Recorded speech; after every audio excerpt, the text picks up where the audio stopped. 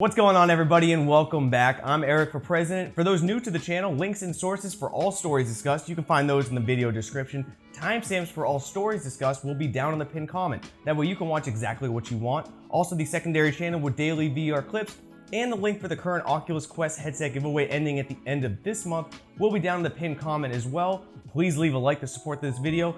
And we just did a video 2 days ago. There's been a lot happening, a lot of big stories. Let's jump right into it. So we start today off with a little bit of a downer story, unfortunately. And yes, I understand that I'm giving this person the attention that they wanted, but it still makes me mad. And just stop being stupid. Can we have a good VR journalism article for once? Posted by Jessica Condit on Engadget, we have another example of journalism meant for clicks, not for content, where everything explained is black and white, while things in the gray are usually closer to the truth. In this article, she paints the picture of Valve being blatantly anti-consumer, and when compared to EA, Facebook, HTC, and more, well, I defend and have defended Valve as being the most consumer-friendly out there right now. She states in the article, in fact, many of its decisions are blatantly anti-consumer, flying in the face of what players and developers actually want. Valve forces players to use specific platforms, shuts down revenue streams for developers, and shows little interest in building the games and sequels that fans are desperate to play. She goes on to criticize Half-Life Alyx as the most recent example of Valve's horrible consumer practices, referring to, "This is a classic Valve move. Forced adoption is exactly how the company got so many people happily hooked on Steam in 2004. So that's kind of the TLDR of this entire thing. I highly encourage you, go read it for yourself or watch the video. That way you can make your own opinions on it and let me know what you think down in the comments. But I've said it once, I've said it again. Valve, especially in VR, is the only one being consumer friendly, allowing you to play on every single headset, making it easy to play Half-Life Alyx on every single headset, giving the game away for free for almost anyone who purchased any part of a Valve Index or even an HTC Cosmos Elite.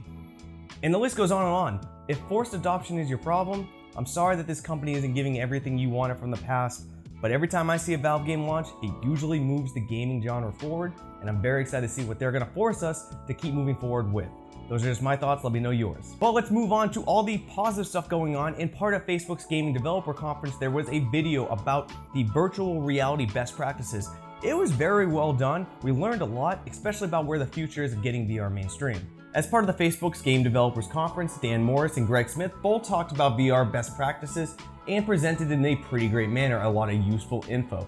Please check it out for yourself, but a couple highlights before the main one. It's pretty clear the increased standard of games needing at least several hours of content to be successful, where the age of tech demos are now finally, it looks like, at an end. Also, interactivity is king and a standard moving forward.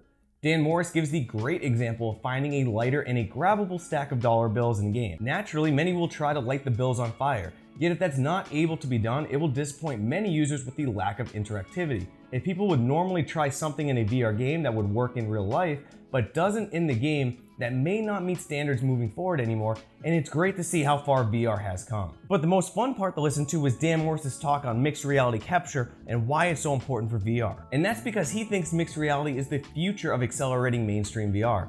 Mixed reality capture, similar to Beat Saber videos like this old one of mine, are proven to boost sales of games, retention of current users, and helps new users understand what VR is about. Because let's be honest, seeing a cast on a TV screen, that doesn't cut it. That doesn't show the VR experience. Again, I encourage you, go check out the video for yourself. It's about 26 minutes long, but it is packed with useful information.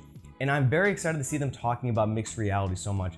I'm not sure if Oculus and Facebook will ever come out with, say, the Live competitor, their own mixed reality capture system, but they seem to very much understand the importance that there is no way to try VR out there. Well, there are some ways, but it's very hard. And most people don't have any idea of what a VR experience is. And the more easier and better ways there are to show people what it is, exactly what mixed reality does, well, that's gonna get us new VR users. But again, as always, that's my opinion. But let's tackle the news you've seen everywhere, the leak for the new standalone VR headset for Oculus.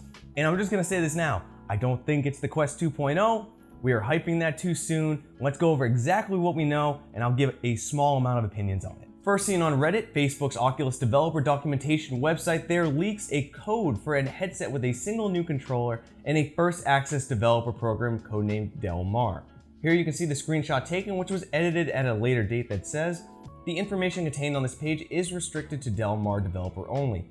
I'll get to it shortly, but I do think this is a hint and key phrase as to what this may be.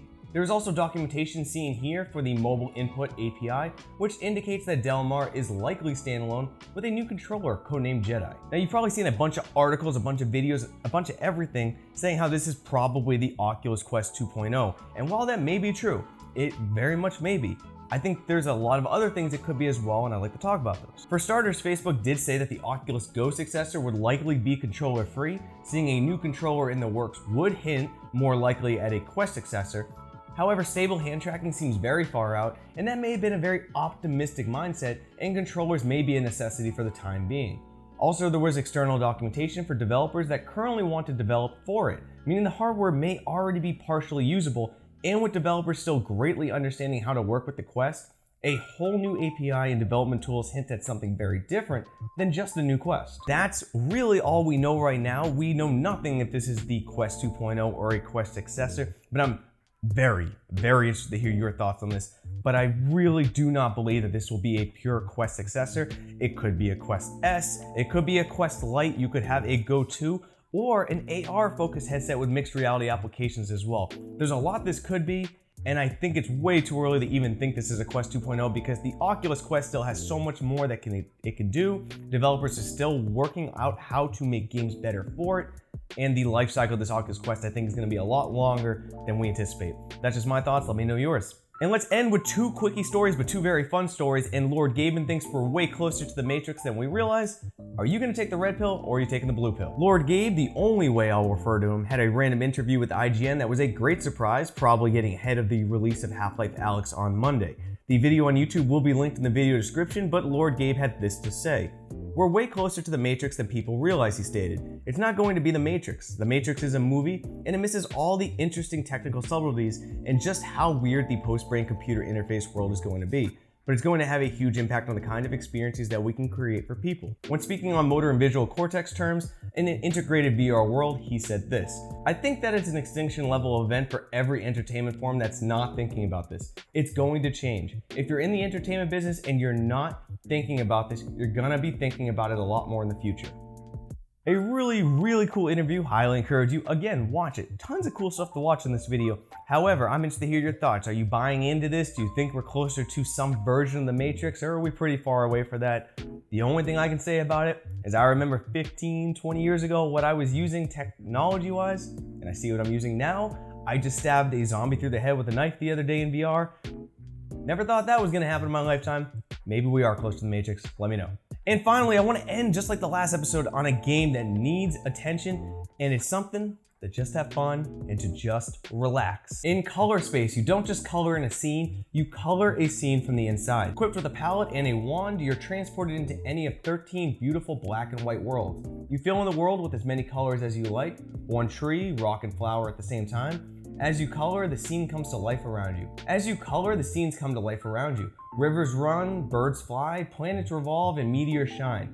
The soundscape responds hypnotically as you color. Look, it's a VR coloring book. I don't know what else I can say. It is not my type of game, and I played it and had a blast. If you're into some things, it will be even more fun, hint, hint, wink, wink. But it is a super fun game. It's on every single major headset platform. I highly recommend give it a shot. It's just a good time. With that being said though, that is the end of today's episode. Please leave a like to support this video, it would mean a lot to me. Please subscribe and hit that bell icon to never miss an upload, because YouTube's really bad with sending notifications out. Join the Patreon, everything put in that's invested right back to y'all for giveaways, things like that. And I can't wait to see you in the next one, VR Space Cowboys.